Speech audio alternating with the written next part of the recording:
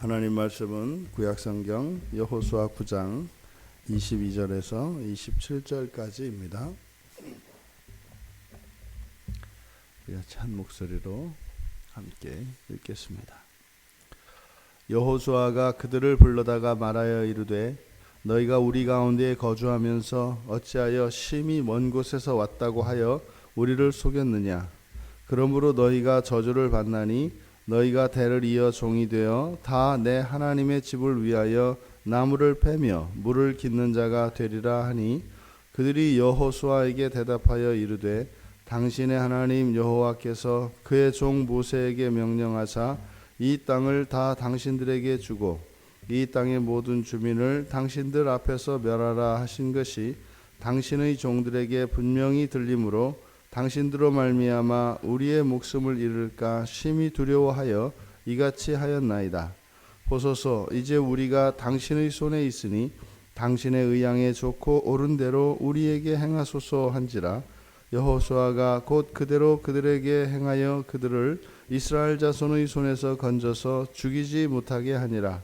그 날에 여호수아가 그들을 여호와께서 택하신 곳에서 회중을 위하며 여호와의 제단을 위하여 나무를 패며 물을 깃는 자들로 삼았더니 오늘까지 이르니라. 아멘. 사태를 직시한 여호수아 자신이 속았다는 사실을 알았죠. 그들이 이제 기브온 주민들을 문책하고 있는 그런 장면입니다. 여기서 기브온 주민들이 어떻게 그 진멸되는 것을 면하고 살아가게 되는지, 말하자면 구원이지요. 이들이 구원받는 그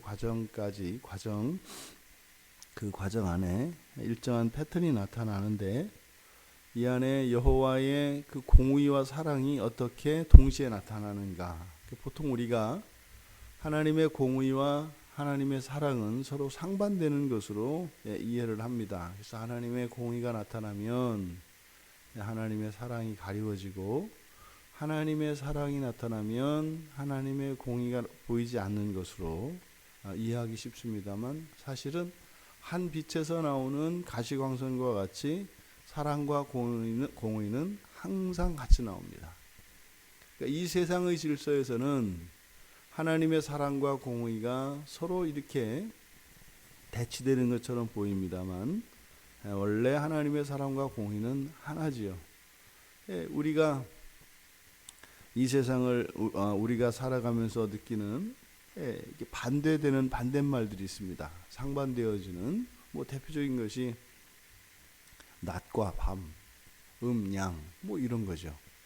이런 상대 개념으로 상대 개념으로 우리들에게 인식되어지는 이 모든 것들은 사실은 죄가 없더라면 이것이 상대 개념이거나 반대말이 아니라 사실은 그 아름다움을 더하게 되는 것이고, 지금 우리와 같이 선과 악의 개념으로 서로 상반되는 것이 아니라 반대되는 그것조차도 사실은 한 방향으로 한 질서 안에서 이루어지게 되어 있죠. 그런데 죄 가운데 이 세상이 아직은 죄 가운데 있기 때문에 이렇게 상반되어지는 그 모든 것들은 우리들에게 갈등을 일으키고 위기를 일으키게 되어 있습니다. 근데 지금 이 기브온 주민이 구원받는 이 장면에 어떻게 그 하나님의 사랑과 공의가 나타나는지 그것을 우리가 보게 됩니다. 이들이 여호수아가 그들에게 문책했습니다. 불과 사흘길 떨어진 곳에 살았으면서 어떻게 심히 먼 데서 왔다고 속였느냐. 그러면서 그들에게 저주를 선언합니다. 그 저주가 이제 대를 이어 종이 되었다. 그러니까 종된 신분이죠. 기브온 주민 전체는 종이 되어버린 겁니다. 그래서 하나님의 집을 위하여 나무를 패고 물 깃는 자가 될 것이다. 이게 심판이 내려졌습니다. 이에 대해서 그들이 왜 그렇게 여호수아를 속이게 되었는지 이야기를 합니다. 그러니까 지금 시간상으로는 여호수아가 그들을 징계하고 있습니다만 사실상 맨 처음 이렇게 이들이 속이게 되었고 지금 여호수아가 이곳에 당도하게 되기까지, 그래서 시간적으로 재배를 하면 맨 처음 기브온 주민들은 여호와 하나님에 대해서 그리고 이스라엘 백성들에 대해서 들었습니다. 하나님에 대한 소식이 뭡니까? 복음이죠. 복음입니다. 하나님은 생명이시고 사랑이시기 때문에 하나님에 대해서 들려지는 모든 소식은 다 복음입니다. 그리고 알 수 없는 그 하나님, 창조주 하나님을 이 죄 가운데서는 절대로 알 수가 없습니다. 근데 그 하나님에 관한 소식이 이들에게 전해진 거예요. 복음이죠. 그래서 그 복음을 듣고 이제 그 이야기가 지금 여기서 하는 겁니다. 그 복음이, 하지만 이들에게는 복음이 아니죠. 그들이 들었던 게 뭡니까? 24절에서 당신의 하나님 여호와께서 이 땅을 다 당신들에게 주고, 이 복음이 아니죠. 자기들 땅을 이스라엘 백성들에게 주기로 했다고 하는 걸 들었다는 겁니다. 그런데 이것이 오히려 이들에게는 복음이 아니라 이것은 멸망의 비부 아니겠습니까? 천하무적인 여호와가 모세에게, 모세를 통해서 이 땅을 이스라엘 백성들에 주기로 했다고 말씀하셨다는 거 아니에요. 그리고 그것뿐만 아니라 두 번째로 이 땅의 모든 주민을 멸하라고 하셨다는 거 아니에요. 이들이 들었던 이 복음은 오히려 이것은 말씀드렸던 것처럼 복음이 아니라 재앙의 소식이었죠. 복음이 말입니다, 그저 모든 사람들이 환호하면서 기쁘게 이렇게 호산나 호산나 외칠 수 있는 그런 소식이 아닙니다. 복음이 되어지기까지의 이 과정을 지금 기브온 주민의 구원의 과정을 통해서 우리가 알게 되는데, 이게 사실은 우리들이 복음을 정말 제대로 들으면 어떻게 돼요? 거기에서 우리의 사망이 선고됩니다. 야, 죽게 되었구나. 내가 겁도 없이 살았구나. 이런 절망이 찾아오게 돼 있어요. 그러니까 길거리에서 누군가가 예수를 믿으십시오. 여러분과 여러분의 집이 구원을 받습니다. 예수님은, 하나님은 사랑이셔서 당신의 모든 죄를 다 사해 주십니다. 예, 하나님에 관한 소식이에요. 근데 그걸 잘 들으면 어떻게 돼요? 너 죽었다, 이렇게 되는 거예요. 죽었다. 예수 아니면 죽는다. 이거거든요. 그러니까 지금 이들에게 들렸던 이 복음, 사람들이 많이 착각하는 거죠. 교회는 마냥 그저 내 길을 즐겁게 해주고 내 마음을 편안하게 해주고 내가 이 세상을 살아가는데 도움을 주는 곳, 그렇지 않습니다. 교회라고 하는 것은 꺼려지는 곳이에요. 왠지 교회 가면 거기서 이렇게 죽음의 냄새가 나거든요. 근데 사실은 그게 죽음의 냄새가 아니라 향기죠. 근데 우리 코가 썩어서 그거를 죽음의 향기라고 맡아지는 거죠. 이게 죽음의 향기인 줄 알고 갔더니 어떻게 돼요? 나중에 향기가 돼요. 향기가 바뀐 게 아니라 썩었던 내 코가 고쳐진 거죠. 비로소 그 향기를 맡게 되는 거죠. 이들이 그렇게 끔찍한 이 재앙의 소식, 멸망의 비보를 들었습니다. 그렇다면 이 비보를 들었을 때는 두 가지 선택의 기회가 있지 않겠어요? 우리가 지금 앞서 살펴보았던 것처럼 기브온 주민들은 이제 속여서라도 어떻게 해서든 이 평화조약을 맺으려고 오고 있습니다만, 다른 가나안 족속들은 다 어떻게 했습니까? 다 연합해서 이스라엘과 맞서 싸우기로 했습니다. 그러니까 하나님의 말씀이, 복음이 전해졌을 때 어떤 사람들은 그 복음을 받아들이기 위해서 마음을 쓰는 사람이 있는가 하면, 어떤 사람은 그것에 대해서 대적하게 되는 경우가 있다, 이 말입니다. 지금 기브온의 주민들은 그 자신들에게는 멸망의 비보로 들렸던 그 복음을 듣고 이들은 평화조약만이, 저들과 평화조약을 맺는 것만이 유일한 살 길이다, 이렇게 생각을 했고, 또 지금 자신들이 희위족속으로서 진멸당할 수밖에 없는데 그 조약을 맺을 수 있는 방법은 속이는 것밖에 없어요. 그러니까 이들은 평화조약을 맺어야 했고, 그렇게 하기 위해서는 속일 수밖에 없었다는 겁니다. 왜요? 이스라엘 백성들은 자신들이 이 가나안 족속이라는 것을 알면 죽일 수밖에 없을 거다라고 생각했다는 거죠. 그러니까 자신들이 여호수아를 속였던 이 속인 것은 사실은 첫째로 기브온 주민들이 자신들은 필멸할 수밖에 없는 운명이라고 하는 것을 확실히 깨달은 거죠. 죽게 되었다는 겁니다. 멸망당하게 되었다는 겁니다. 이것을 확실히 깨달았습니다.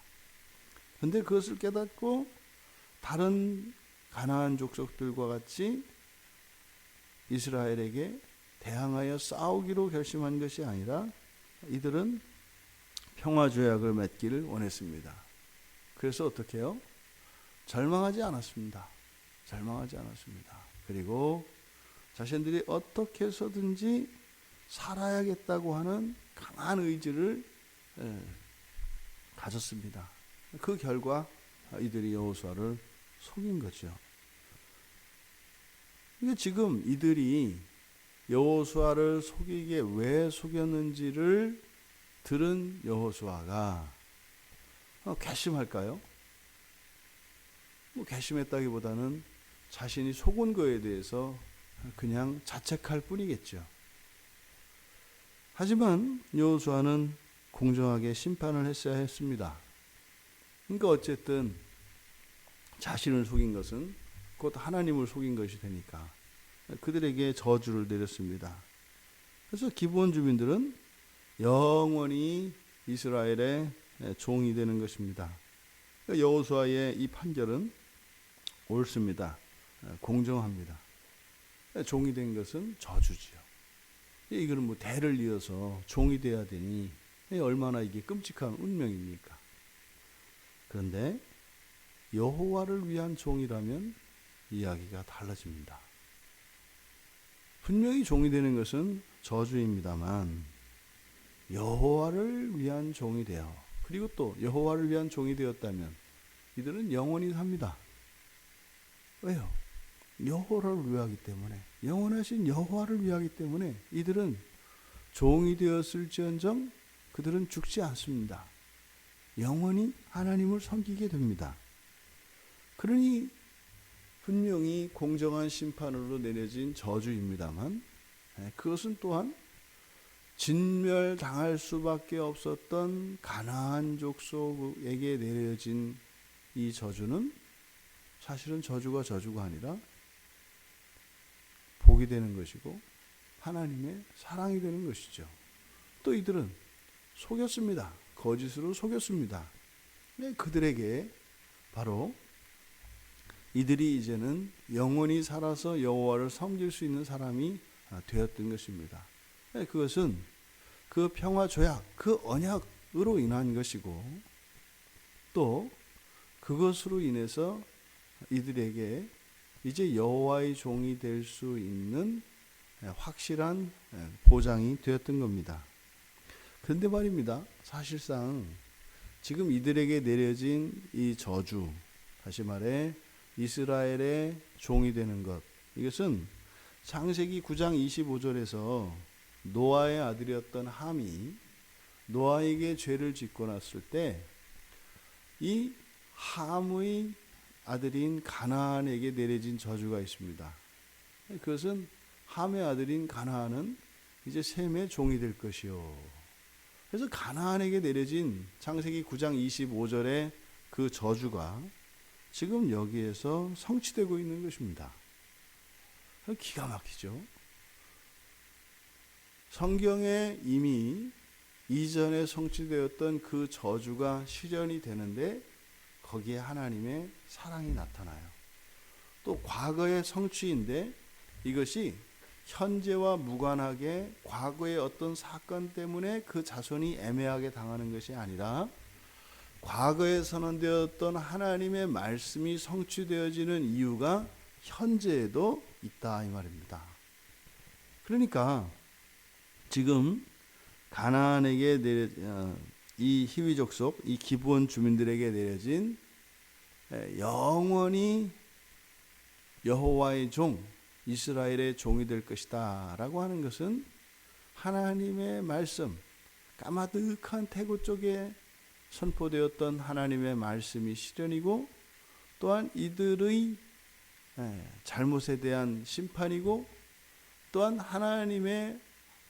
하나님께서 가나안 땅을 진멸하도록 하였던 그 하나님의 뜻이 왜곡되거나 중단되는 것이 아니라 실현이다 이 말입니다. 왜 그럴까요? 가나안 족속은 전부 진멸하게 되어 있습니다. 그러면 진멸되지 않은 거 아니에요? 그럼 하나님의 뜻이 성취되지 않은 것이에요. 우리가 하나님의 뜻이 성취되어진다고 할 때 그저 그 사건, 그 일이 일어나는 것으로 생각해서는 안 됩니다. 만약에 그렇게 생각한다면 우리는 여전히 십계명을 지켜야 하고 율법의 저주 아래 다 있습니다. 이미 구약에 하나님의 말씀이 선포됐잖아요. 그것이 지켜져야 되잖아요. 그러면 우리도 지금 예수 그리스도를 믿음으로 끝난다고 하는 것은 말이 안 되죠. 지켜야 되는 거예요. 근데 오늘은 우리가 율법의 그 멍이 아래 있지 않습니다. 그럼 하나님의 말씀이 취소된 걸까요? 그렇지 않죠. 지금 하나님께서 이 땅을, 즉 가나안 땅에 있는 주민들을 진멸시키시는 이유를 우리는 잊지 말아야 합니다. 가나안 땅의 이 주민들을 진멸시키는 것은 죄로 인해서 그들은 죄로 인해서 진멸당할 수밖에 없는 원인이 자기 자신들에게 있습니다. 근데 그 죄인들을 멸하는 이유가 뭘까요? 바로 하나님의 거룩한 백성들에게 그 죄가 미치지 못하도록 하려고 하는 것입니다. 이스라엘 백성들이 가나안 땅에서 들어가 살 때 그 땅에 있는 가나안 족속들의 죄악이 이스라엘에게 전염되지 못하도록 하시려는 것입니다. 그러면 이 기브온 주민들이 여호와를 위하여, 여호와의 제단을 위하여 물을 깃고 장작 패는 종으로 산다라고 하는 것은 사실은 이들이 이스라엘 공동체에 그런 죄들을 전염시킬 수 있는 가능성이 완전히 차단되는 것입니다. 그리고 이들은 여호와를 위하여 여호와를 섬기는 종들이 되기 때문에 이제는 더 이상 그들에게 죄를 지을 기회가 없다 이 말입니다. 그러니까 하나님의 말씀이 성취되는 거죠. 기가 막힌 겁니다. 여호수아의 이 심판 속에서 나타나는 의미, 이것은 구약 이전에 선포되었던 하나님의 말씀의 성취요, 또 하나님께서 그 땅에 주민들을 진멸시키려고 하셨던 그 목적의 성취요, 거기는 하나님의 공의, 또 그 죽을 죄인임에도 불구하고 살려주시는 하나님의 사랑이 나타나고 있다 이 말입니다. 사실은 이게 예수 그리스도의 십자가에서 나타났지 않았습니까? 하나님의 저주가 부어집니다. 거기에는 하나님의 공의가 나타나죠. 그런데 그로 인해서 예수를 믿는 만인이 살아납니다. 그러니까 이 기독교에서 말하는 이 복음은 사실은 이렇게 평면적으로, 이차원적으로 설명이 될 수가 없어요. 이것은 입체와 같습니다. 그러니까 복음이 이렇게 전달이 안 되는 거예요. 평면적으로 그것을 이렇게 그림으로 이해하려고 하는 사람들은 보이지 않습니다. 거기에 건물들이 들어서고 산들이 생기고 계곡이 생기고 하는데 그것을 어떻게 평면에서 그걸 다 볼 수가 있겠어요? 훗날 이 기브온은 유대교의 종교의 중심지가 됩니다. 그래서 여러분 잘 아시는 것과 같이 말도 많고 탈도 많은 솔로몬의 1000번제가 드려지는 곳이 바로 이곳 기브온 산당입니다. 또 바벨론에서 이스라엘이 멸망하고 난 뒤에 바벨론에서 포로들이 귀환해서 이제 성을 잘 재건합니다. 근데 마지막으로 3차 귀환에서 느헤미야가 이스라엘 백성들을 이끌고 돌아오는데, 그때 느헤미야와 함께 귀환해서 성벽을 재건하는 일에 이 기브온 주민들이 참여합니다. 완전한 이스라엘이 되었다는 것을 알 수 있죠. 혈통으로 다른 이스라엘 사람들도 돌아오지 않는데 이 기브온 사람들이 느헤미야와 함께 귀환해서 성벽을 재건하는 일에 참여합니다. 느헤미야 3장 7절과 느헤미야 7장 25절에 그 사건이 기록이 됩니다. 여러분, 하나님을 위해서 종으로 사는 것이 저주라고 여호수아는 이야기를 했습니다. 만약에 그 저주가 누군가에게 내려졌을 때 사람들은 어떻게 반응할까요? 기브온 족속들은 그것을 기꺼이 감사하며 받아들였습니다. 여러분들의 선택은 무엇입니까? 만약에 누군가가 여호와의 종으로 사는, 영원히 여호와의 종으로 사는 저주가 내려졌을 때 그것을 기꺼이 감사하며 받아들이지 못한다면 그것은 자신이 필멸할 운명을 가지고 태어났다고 하는 것을 알지 못하는 것이거나, 멸망하겠지만 반드시 멸망할 것은 아니다, 살 길은 있다, 이런 생각을 가지고 있는 거죠. 또 하나, 구원에 대한 소망을 완전히 포기했다는 증거입니다. 내가 멸망할지언정 사는 동안은 그저 내 마음대로 하루를 살아도 그렇게 살다가 장렬하게 심판에 던져지리라, 이런 생각을 가지고 있다는 거죠. 둘 중에 하나입니다. 내가 필멸할 존재라는 것, 내가 망하게 되었다라고 하는 이것을 깨닫기 이전에는 여호와의 종으로 살아가는 것을 절대로 받아들일 수 없습니다. 또 나는 죽어도 살아야겠다고 하는 강한 생명에 대한 의지가 없다면 이 또한 굴욕적인 것 같아서 그렇게 할 수 없습니다. 그저 폼내고 살다가 죽을지언정 그렇게는 할 수 없다, 이런 마음이 듭니다. 그것이 사실 무엇인가요? 우리가 하나님의 주권을 인정하지 못하는 겁니다.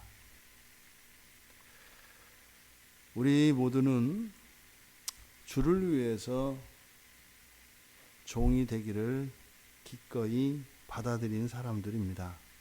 하지만 이것이 저주로서 우리들이 받아들인 것이 아니라 그것을 축복으로 받아들일 수 있는 것이 그리스도인들입니다.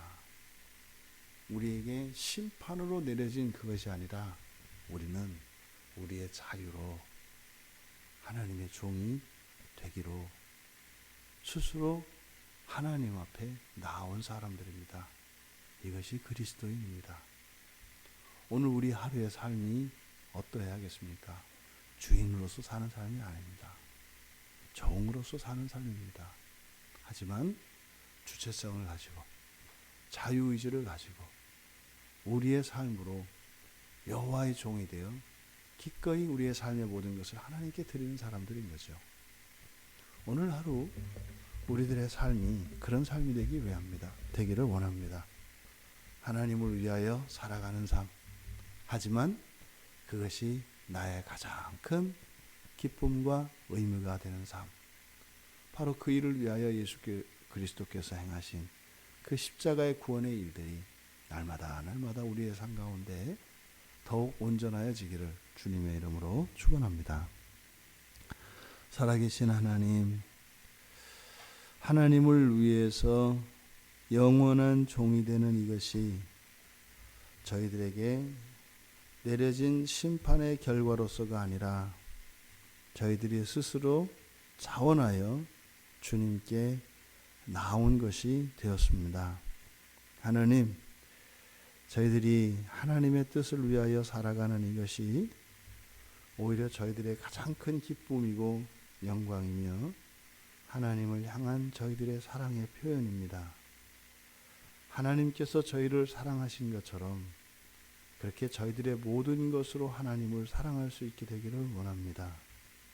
이 하루 하나님께 드려지는 저희들의 산 제물이 되게 하여 주시고 하나님을 위하여 살아가는 그 삶 속에서만 누릴 수 있는 그 영광과 기쁨으로 하나님께 또한 감사와 찬양을 돌려드리는 복된 날 되게 하여 주시옵소서. 감사하며 예수님의 이름으로 기도하옵나이다. 아멘.